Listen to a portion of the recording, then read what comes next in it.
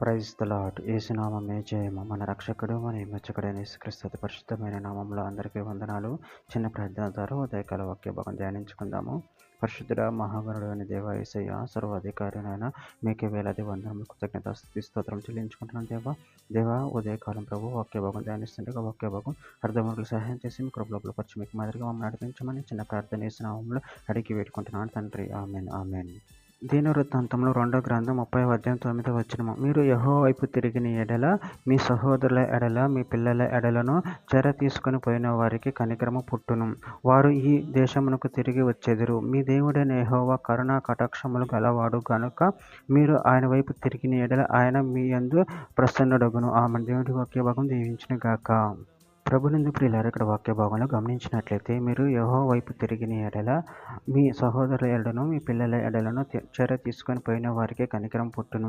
వారు ఈ దేశంను తిరిగి వచ్చెదరు. మీ దేవుడైన యెహోవా కరుణా కటాక్షము గలవాడు కనుక మీరు ఆయన వైపు తిరిగిన ఎడల ఆయన మీ యందు ప్రసన్నుడగును.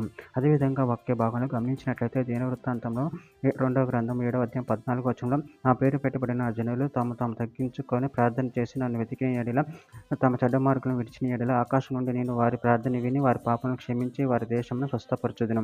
కీర్తన గ్రంథం 86వ అధ్యాయం 5వ వచనం. ప్రభువా, నువ్వు దయాళుడు, క్షమించుటకు సిద్ధమైన మనసు గలవాడువు, నువ్వు మొరపెట్టు వారి అందరి ఎడల కృపాతిశయము గలవాడువు. మీకా గ్రంథము 7వ అధ్యాయం 18వ వచనం. తన శ్వాసములు శేషించిన వారి దోషమును పరిహరించి వారు చేసిన అతిక్రమముల విషయము వారిని క్షమించే దేవుడు అయిన నీతో సమ్ముడైన దేవుడు ఉన్నాడా? ఆయన కనికరం చూపుట యందు సంతోషించువాడు గనుక నిరంతర కోపముంచుడు.